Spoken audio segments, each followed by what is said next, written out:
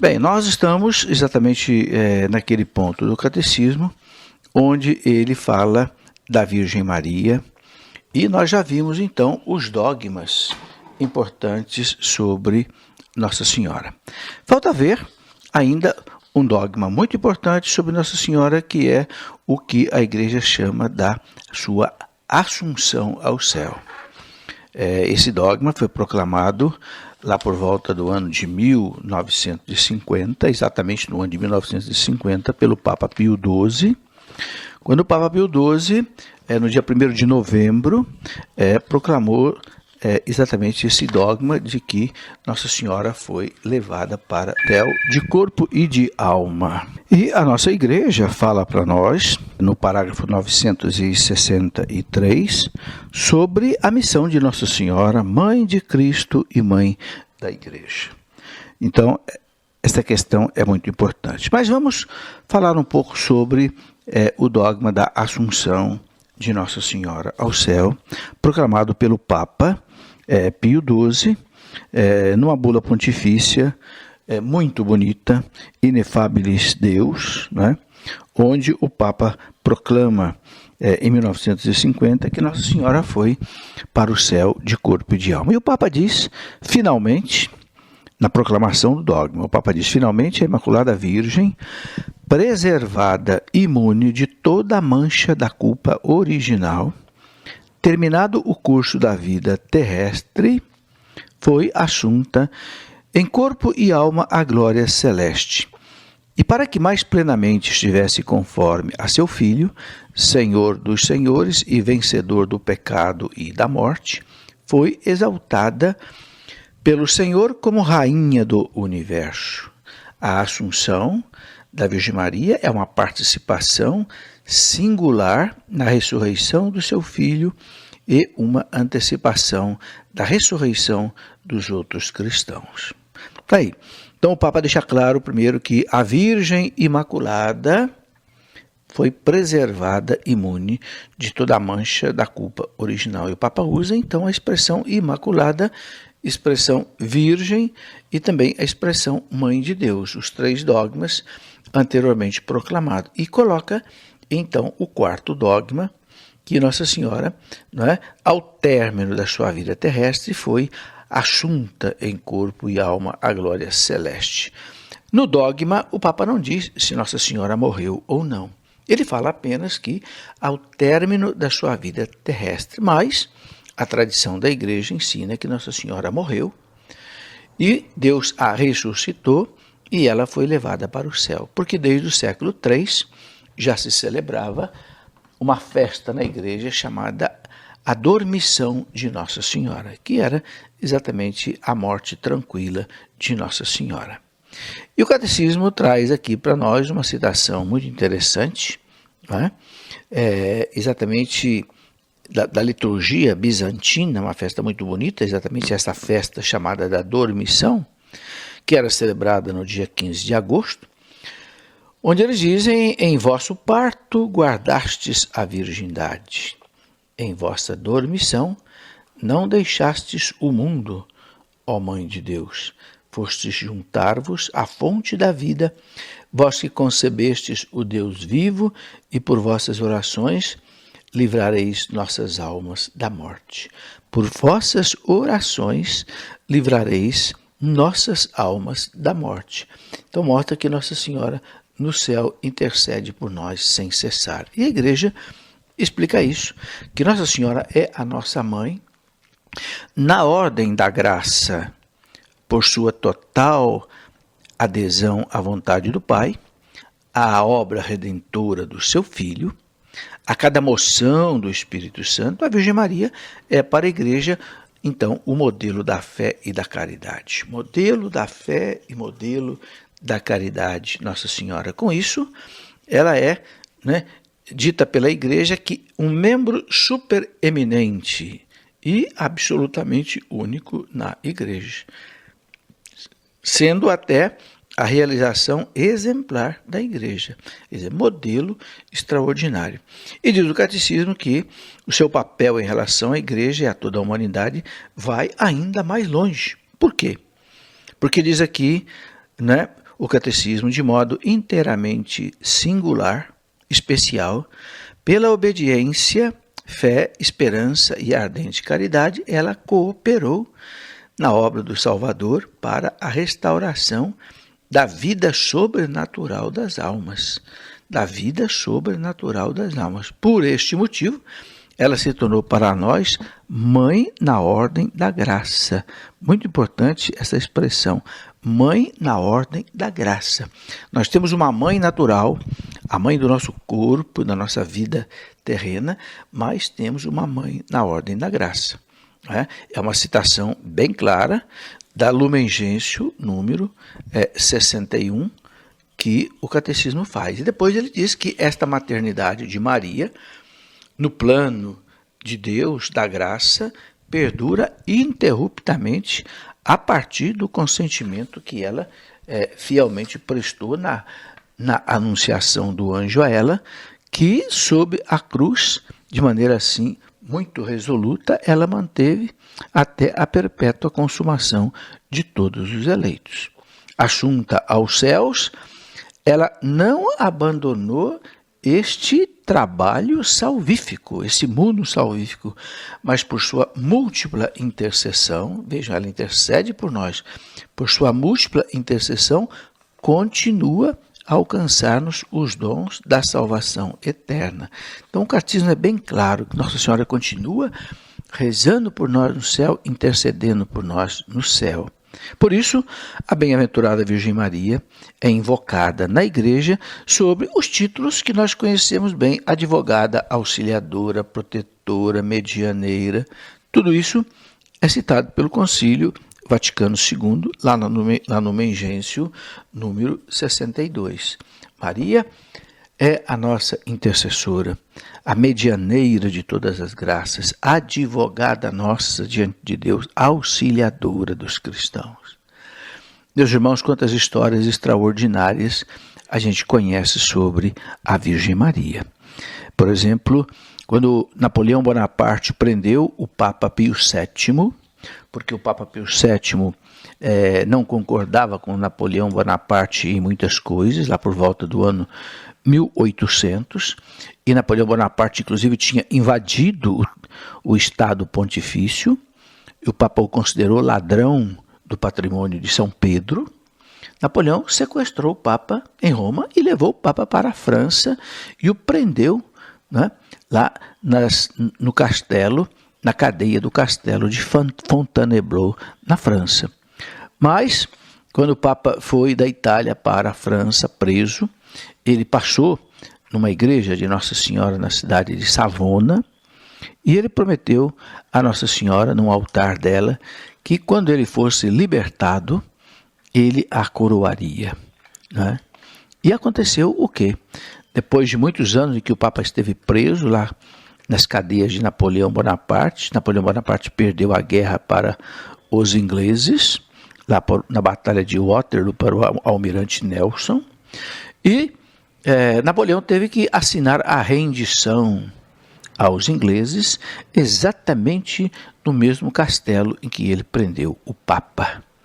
Como dizia a minha mãe, o castigo veio de avião, o castigo veio rápido. E o Papa foi solto, o Papa voltou para Roma.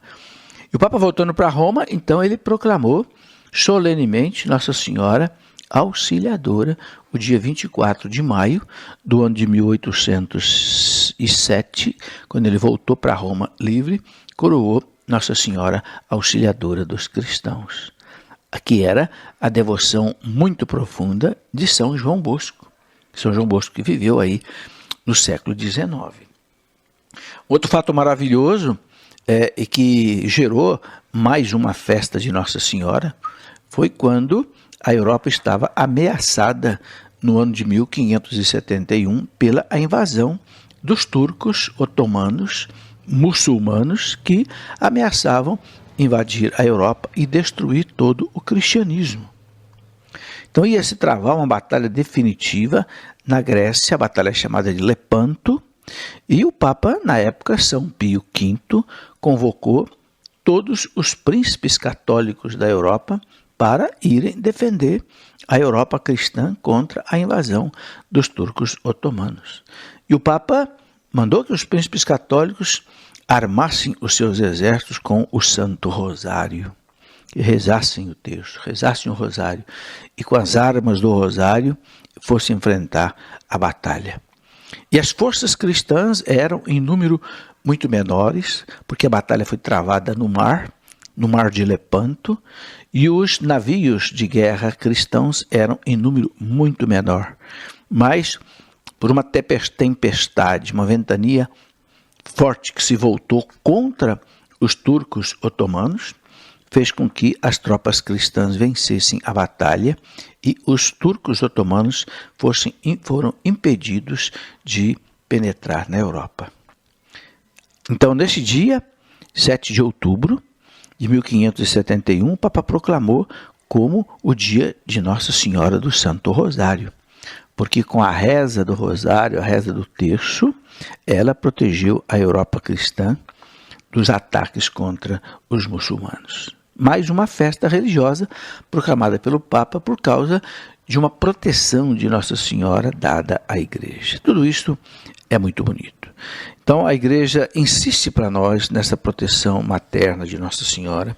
A Lumen Gentium, lá no número 60, diz bem claro que a missão materna de Maria em favor dos homens de modo algum obscurece nem diminui a mediação única de Cristo. Não escurece a mediação única de Cristo.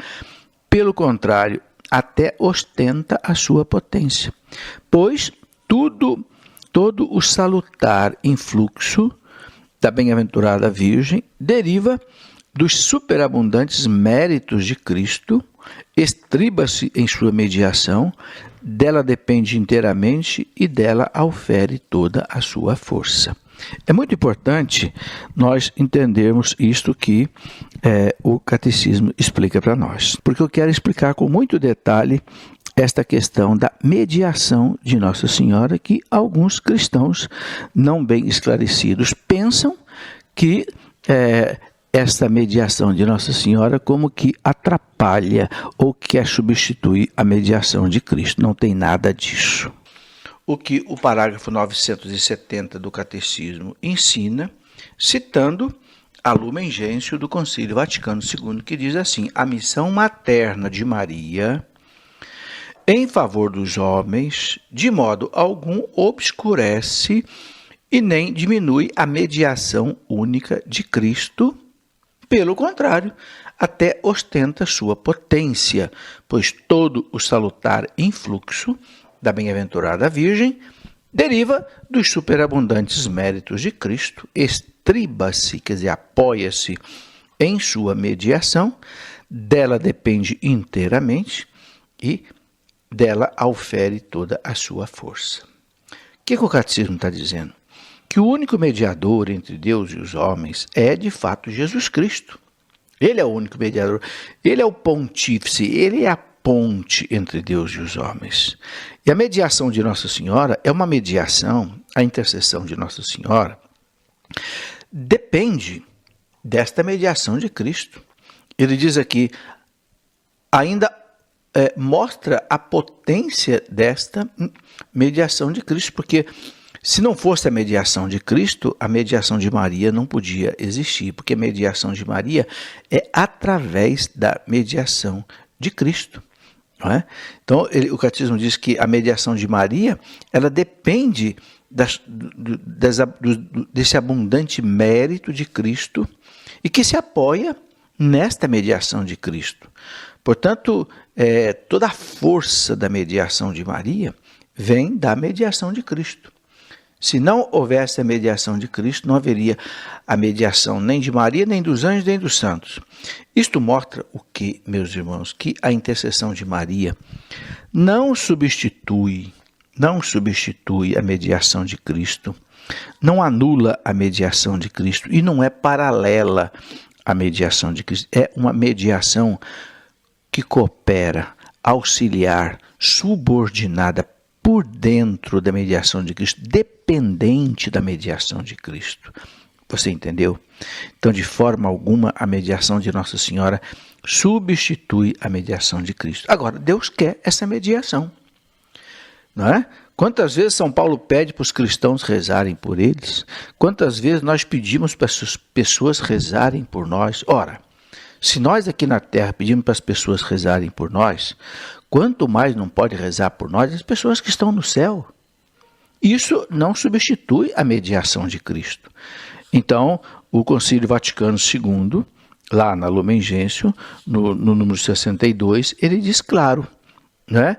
Com efeito, nenhuma criatura jamais pode ser equiparada a Cristo, ao Verbo encarnado, ao Redentor, mas, da mesma forma que o sacerdócio de Cristo é participado de vários modos, seja pelos ministros, seja pelo povo fiel, e da mesma forma que a bondade de Deus é realmente difundida nas criaturas de modos diversos, assim também a única mediação do Redentor não exclui, antes suscita, provoca nas criaturas uma variada cooperação que participa de uma única fonte.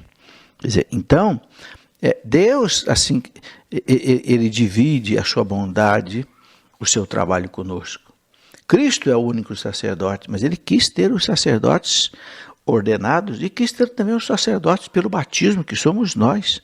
Ora, isso é uma participação na mediação de Cristo. Né? E o catecismo e a Lumen Gentium aqui do Concílio Vaticano II cita também a questão da própria bondade de Deus, que é repartida entre nós. Por isso, meus irmãos, né, nossos irmãos protestantes, infelizmente, não aceitam essa mediação de Maria e, infelizmente, perdem uma oportunidade muito grande de conseguirem graças abundantes diante de Deus. Nós precisamos lembrar daquela aparição de Nossa Senhora em 1830, Nossa Senhora das Graças, lá na França, não é? Lá naquela capela, aquela noviça chamada Santa Catarina Labouré, Nossa Senhora das Graças, com as mãos estendidas, e Santa Catarina Labouré viu os raios luminosos saindo das mãos de Nossa Senhora, e Nossa Senhora disse para Santa Catarina Labouré: eu tenho muitas graças para oferecer aos homens, mas eles não vêm buscar. Eles não vêm buscar, né? Infelizmente, há muitos que não acreditam nesse poder de intercessão de Nossa Senhora. Ora, meus irmãos, o catecismo nos explica que a bem-aventurada Virgem Maria, ela avançou na sua peregrinação de fé, manteve fielmente a sua união com o Filho até a cruz, onde esteve de pé por um desígnio de Deus, né? Sofreu intensamente junto com seu Filho unigênito e com um ânimo materno, um ânimo de mãe, ela se associou ao sacrifício do Cristo por nós, consentindo com amor na imolação desta vítima divina que era o seu Filho, por ela mesma gerada, para que nós pudéssemos se tornar filhos de Deus. E Jesus vai dizer para ela: mulher, eis aí o teu filho. Está lá em João 19, 26. Mulher, eis aí o teu filho. Filho, eis aí a tua mãe. E João a recebeu como sua mãe e a levou para casa, diz o próprio evangelista. E Maria foi morar com São João, lá na cidade de Éfeso, numa casinha que existe até hoje lá em Éfeso, que eu mesmo já pude visitar por 3 vezes. E depois da ascensão de Cristo ao céu, da subida de Cristo ao céu, Nossa Senhora assumiu com as suas orações a igreja que estava nascendo. Reunida com os apóstolos, com algumas mulheres, nós vemos Maria pedindo, né, também ela, com suas orações, o dom do Espírito Santo, o qual, na Anunciação, a tinha coberto com a sua sombra e tinha feito com que ela concebesse o próprio Jesus. E no dia de Pentecostes, Nossa Senhora estava ali com os apóstolos. Seu esposo, o Espírito Santo, veio a ela, veio à igreja. Então, é algo para nós extraordinário, esta devoção à Nossa Senhora. Por isso a igreja presta um culto à Nossa Senhora muito especial, que a igreja chama de hiperdulia. Dulia é o culto de veneração, não é latria, adoração, é dulia, veneração. Hiper, porque maior, grande, né? Maior do que o culto dos santos. Por quê? Porque ela, além de santa, é mãe de Deus. É mãe de Deus. Só ela já ressuscitou até hoje. Ninguém mais ressuscitou, a não ser Jesus e Nossa Senhora. Todos os outros santos morreram, os corpos estão sepultados e só vão ressuscitar no último dia, na parousia, quando Jesus voltar para julgar os vivos e os mortos. Mas Nossa Senhora já está no céu de corpo e de alma. Ela mesma diz, todas as gerações me chamarão bem-aventurada, né? Lucas 1,48. Então, a piedade da igreja para com Nossa Senhora é intrínseca a esse culto cristão. A Santíssima Virgem, meus irmãos, é legitimamente honrada com um culto especial pela igreja, né? Desde os tempos remotos. A Virgem é venerada como Mãe de Deus, sob cuja proteção os fiéis sempre se refugiaram. Tanto é que lá, no século II, né, foi encontrada aquela oração do século II, onde os cristãos rezavam, debaixo da vossa proteção nos refugiamos, ó Santa Mãe de Deus. Não desprezeis as nossas súplicas em nossas necessidades, mas livrai-nos sempre de todos os perigos, Virgem gloriosa e bendita, Maria, rogai por nós. Então, esta oração, meus irmãos, é do século II. Era rezada lá no norte do Egito, em Alexandria, porque ali essa oração foi encontrada, num pequeno fragmento de papiro escrito em grego, onde os cristãos chamavam Nossa Senhora de Virgem e Santa Mãe de Deus, e se colocavam debaixo da sua proteção. Por quê? Porque era a época terrível da perseguição romana. Então, se os nossos mártires do tempo do Império Romano se refugiavam sob a proteção de Nossa Senhora e chamavam Maria de Virgem gloriosa e bendita, rogai por nós, Santa Mãe de Deus, não é? Para que nós sejamos dignos das promessas de Cristo. Nós hoje precisamos também. Por isso a igreja recomenda para nós a reza do Rosário, as ladainhas de Nossa Senhora, né? O ofício da Imaculada Conceição, a consagração a Nossa Senhora todos os dias. Consagre você, consagre sua família, consagre todos os seus filhos, todo dia à proteção de Nossa Senhora, para que o maligno não possa fazer nada de mal para você, para sua família.